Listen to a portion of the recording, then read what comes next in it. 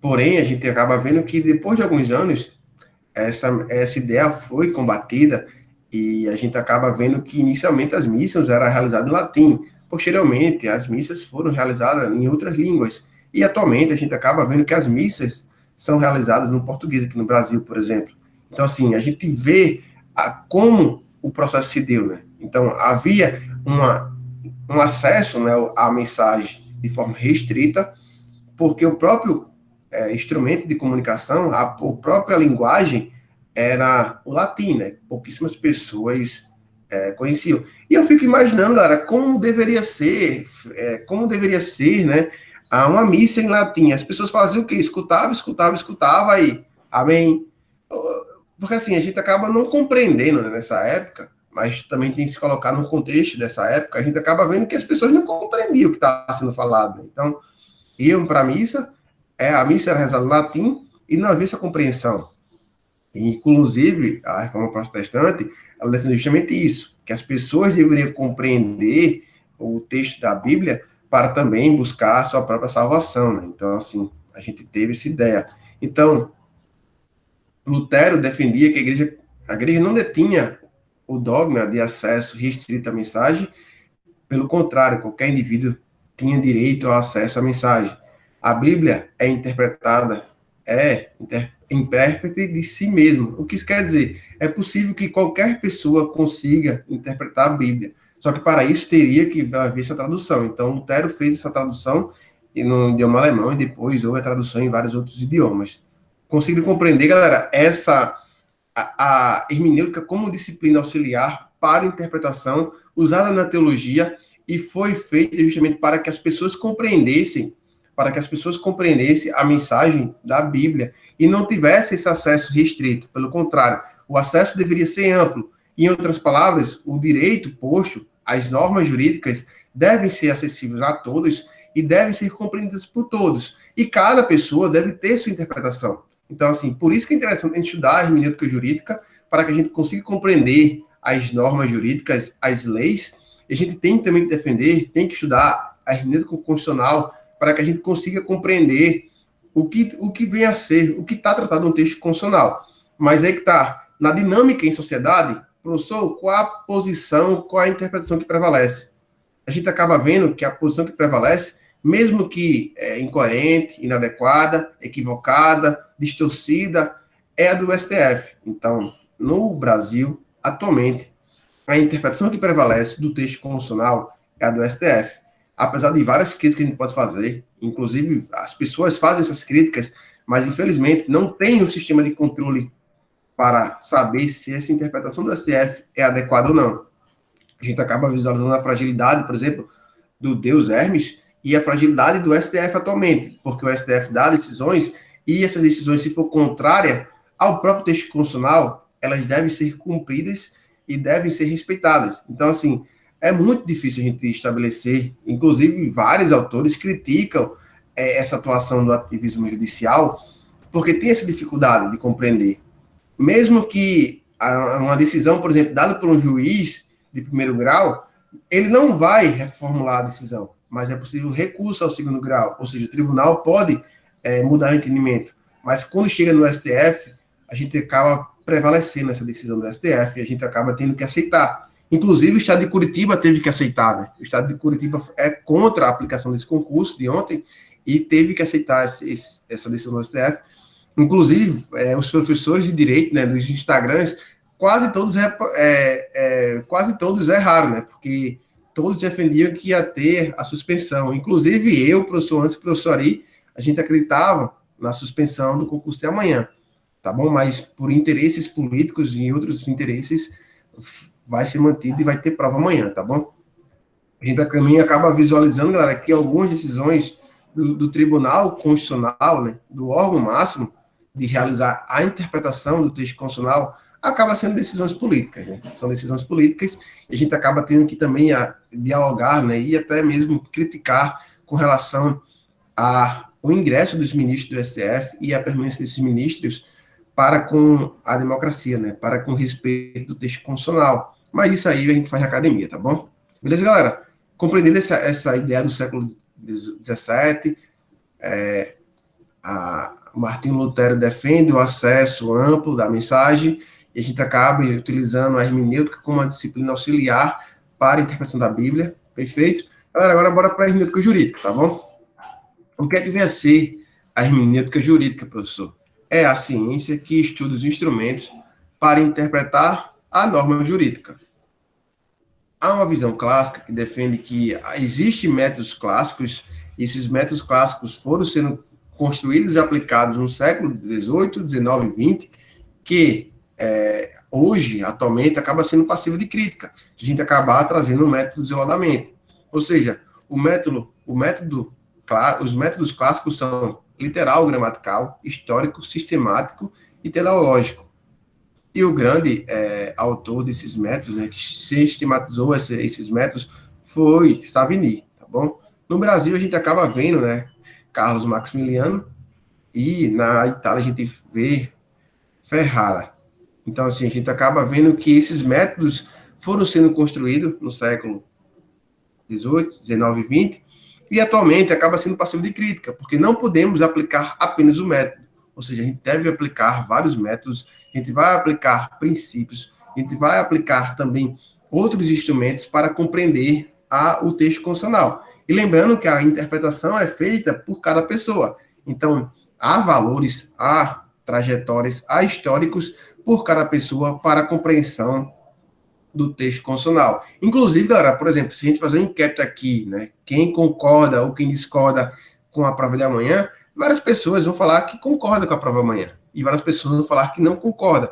E essas decisões, essas opiniões devem ser respeitadas, porque a gente acaba vendo que cada ser humano, cada indivíduo tem valores, trajetória, histórico para com a sua vida. E esses valores, esse histórico, acaba influenciando nas decisões e nas opiniões. Então, por isso que a gente acaba vendo que não dá para aplicar um método isolado. Não podemos aplicar somente o método literal, o método histórico, sistemático ou teleológico, porque sempre a gente traz valores conosco que acabam influenciando nossas decisões. Então, os métodos do século XVIII e XIX, o método histórico e o método literal, inclusive estabelece, né, um período da vontade do legislador. Então, a gente acaba identificando o que é que o legislador quis dizer. E aqui no Brasil é difícil, né? Porque a gente compreendeu o que é que o legislador quis dizer se tantas leis são feitas de forma totalmente equivocada, incoerente, sem relação com o contexto social que a gente vive. Então, no Estado liberal, não intervencionista, o Estado não deveria agir. Então, o papel do magistrado é justamente determinar, né, se obuca da lei, o magistrado aplica a lei. O magistrado faz a mera subsunção da norma ao fato. Então, o método literal, ele acaba focando no texto da lei, na literalidade, na gramática do texto da lei, do texto da norma jurídica. Então, o foco no método literal é a própria literalidade. O que isso quer dizer? A gente vai lendo o texto e vai observando a gramática e a semântica. Porém, esse método acaba sendo somente um ponto de partida, tá bom? Não dá para ser um ponto de chegada. O método histórico vai analisar, vai identificar o que é que o legislador quis dizer. E é difícil a gente identificar, né, galera, o que é que o legislador quis dizer. O que é que o legislador quis dizer numa lei, por exemplo, no Código Penal de 1940? O que é que o legislador quis dizer? Então, assim, acaba sendo muito difícil identificar o que é que o poder legislativo, com seus deputados e senadores, quis dizer no momento da lei. É difícil demais. Então, assim, a busca da vontade, né? A busca da vontade de quem cria a lei acaba sendo difícil de ser compreendida, porque a gente não dá para a gente identificar o que é que os legisladores, o que é que o Poder Judiciário quis defender ao criar a lei em uma dada época. Inclusive, a gente consegue identificar o que é que o legislador quis para com a lei que criou atualmente, por exemplo, porque a gente não sabe quais são os valores que estão em jogo, né? A gente não sabe o que é que está por trás dessa criação de determinada lei. É difícil a gente compreender essas questões. Por isso que acaba ficando somente no plano teórico, tá bom? Montesquieu, em Espírito das Leis, defende que o magistrado é o boca da lei, um autômato. Não tem autonomia para interpretar, cabendo-lhe apenas a realizar a mera subsunção do fato que lhe são apresentados à norma. Essa posição é um exemplo, né, do exemplo do século XVIII e XIX, e o exemplo disso é o Código de Napoleão, que dizia que o juiz deveria simplesmente aplicar a lei, né, aplicar o código. Só que a interpretação não significa somente determinar a subsunção do fato a uma norma.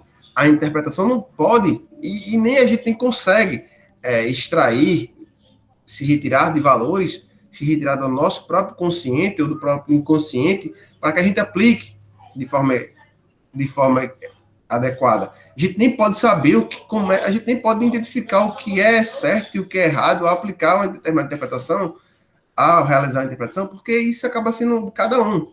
Então, assim, eu posso defender uma determinada coisa, o professor Anderson pode defender uma determinada coisa, e Diandra pode defender determinada coisa, e cada um está certo no seu ponto de vista. Então, assim, é muito difícil a gente estabelecer o juiz apenas sendo boca da lei. Quem é o verdadeiro intérprete no século XVIII e XIX é o próprio legislador. A interpretação autêntica é centrada no legislador. Então, quais são os métodos que predominam no século XX? Então, no século XX, a gente acaba vendo a predominância do século sistemático e teleológico.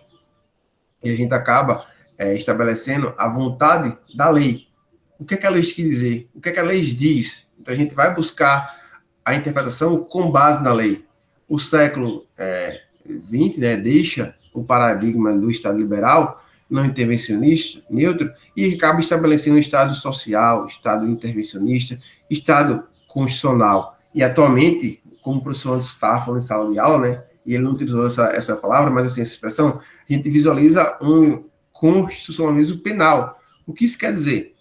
Vocês vêem na prova constitucionalismo penal, significa que as pessoas querem compreender e resolver problemas sociais com o direito penal. O direito penal não é a última ratio. Pelo contrário, o direito penal acaba sendo aplicado de forma preliminar e é aplicado, inclusive, por um clamor social. E a mídia contribui para esse clamor social. As pessoas querem justiça, as pessoas querem combater a criminalidade, e as pessoas pensam que essa criminalidade vai ser combatida somente com a lei penal. Então, penalizar um determinado grupo de pessoas e esquecem de penalizar outro determinado grupo de pessoas. Então, assim, a gente acaba vendo que há um Estado penal, porque a lei penal, na prova, vocês marquem que a lei penal deve ser aplicada, né, em último caso, como a última ratio. Porém, no Estado penal, no constitucionalismo penal, a lei penal acaba sendo aplicada em primeira mão, em primeira via, para responder, para dar uma resposta aos problemas sociais vividos. E isso acaba sendo muito difícil. A gente passou pelo Estado liberal, a gente está vivenciando por alguns o Estado social, e por outros a gente já está dentro do Estado penal. E a gente acaba vendo, por exemplo, né, encarceramento em massa. A gente acaba vendo a normalidade da violência para com os presos no sistema prisional. E algumas pessoas ainda defendem que, não, eles estão ali porque eles praticaram algum crime, né? Ou alguma coisa do tipo. Estão ali porque eles merecem, né? Então, assim, a gente acaba esquecendo de fazer uma visão crítica do próprio contexto social. E a gente acaba esquecendo de quem constrói o direito, né? Inclusive o direito penal no Brasil, né? Será que, na minha opinião, o professor ainda tem uma opinião relevante no âmbito nacional? O professor Anderson tem um estudo sobre a criminologia. Será que esse estudo do professor Anderson tem relevância no âmbito nacional? Então, assim, a gente acaba vendo que determinado grupo de pessoas constrói o direito e aplicam o direito e aplicam da forma como quer, como quiser, e fundamenta com base no texto constitucional e uma hermenêutica totalmente em desacordo com a teoria construída, tá bom? Carl Schmitt afirma que a sociedade é uma criancinha em uma noite escura que incumbe ao Estado guiar, de modo que este passa a ser planificador, provedor, providência, desempenhando tarefas que até então não era exigida. Esse Estado é administrativo, o Estado é juiz, por isso ganha uma complexidade na hermenêutica e na aplicação do direito, a partir da existência de um Estado social, Estado mais proativo, exigindo-se predominância dos métodos sistemáticos e teleológicos. Em outras palavras, o que é que Carl Schmitt quis dizer aqui? Quis dizer que no Estado social, a gente tem que se preocupar com a hermenêutica constitucional, com a hermenêutica jurídica, em que respeite, né, e garanta os direitos que foram sendo construídos ao longo dos anos. Os direitos humanos, os direitos fundamentais que foram sendo construídos, é necessário ser cumprido. Porém, antes de cumprir, a gente tem que interpretar. A gente interpreta para aplicar. E como se interpreta, é a hermenêutica que diz. Então, a gente tem que fazer estudo da hermenêutica para compreender como se interpretar e para efetivar direitos humanos, direitos fundamentais, construídos ao longo do Estado Social. Lembrar que direitos fundamentais foram construídos também no Estado Liberal, tá bom?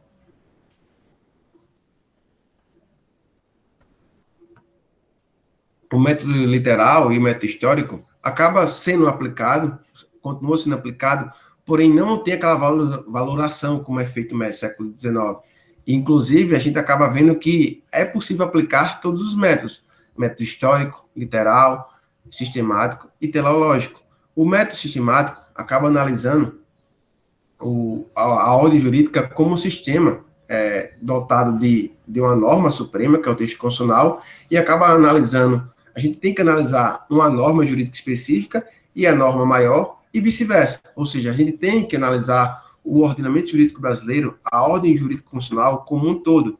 A gente tem que fazer essa análise do todo para a parte e da parte para o todo. Isso é muito difícil, porque a gente tem que estudar de forma densa a norma jurídica, a teoria da hermenêutica constitucional e as várias normas que estão relacionadas com um determinado tema.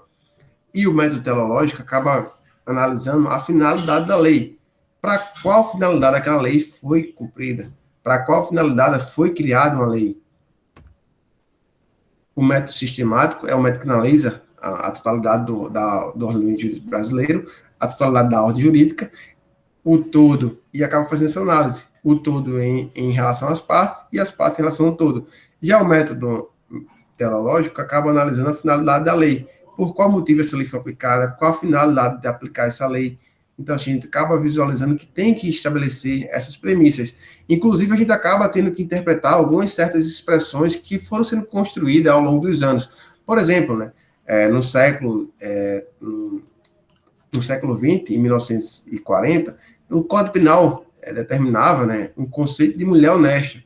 E mulher honesta, para vocês atualmente, o que deve ser? O que seria essa mulher honesta? Né? Então, assim, como a gente pode determinar o que é que vem a ser mulher honesta, ou como a gente pode determinar o que é que vem a ser mulher desonesta, por exemplo. Então, assim, a vontade do legislador prevalecia, né, se a gente for partir desse ponto de vista, só que como é que a gente determinava o conteúdo da mulher honesta? Então, a gente acaba vendo que há uma crítica com relação ao entendimento da hermenêutica, como se aplicar a hermenêutica, como se interpretar ao longo dos anos, porque alguns institutos acabam sendo tratados com certa fragilidade, tá bom? E contribui para uma discriminação. Então, a gente vivencia, desde a formação do Brasil até atualmente, um processo discriminatório, né? Um processo de desigualdade. Então, a gente acaba visualizando que algumas interpretações feitas e algumas construções da norma jurídica são feitas, e a gente às vezes nem percebe isso, mas são feitas para discriminar, para etiquetar, para excluir. Então, a gente tem que ter, a gente tem que compreender esse instituto, a gente tem que fazer as devidas críticas a esses institutos. Qual é a crítica à hermenêutica jurídica? A crítica principal à hermenêutica jurídica clássica, a esses métodos apresentados, literal, teleológico, sistemático, é justamente que a gente não consegue identificar qual é a vontade do legislador, porque nenhum legislador é capaz de identificar o que ele quer, é capaz de dizer qual é a vontade. Porque cada parlamentar tem sua vontade, a gente não consegue determinar qual é a vontade do legislador em geral. O legislador não diz o que quis. Inclusive, quando a gente acaba tendo um exemplo, que quando a gente vai fazer uma interpretação de alguma obra jurídica, por exemplo, a gente acaba extraindo, cada um extrai sua interpretação. E essas interpretações foram feitas ao longo dos anos. Então, assim, possivelmente, se a gente não tiver um respeito à interpretação adequada, vários dos pensamentos clássicos foram sendo alterados ao longo dos anos. Então, assim, talvez vários dos clássicos lidos atualmente não correspondem ao pensamento determinado por ele na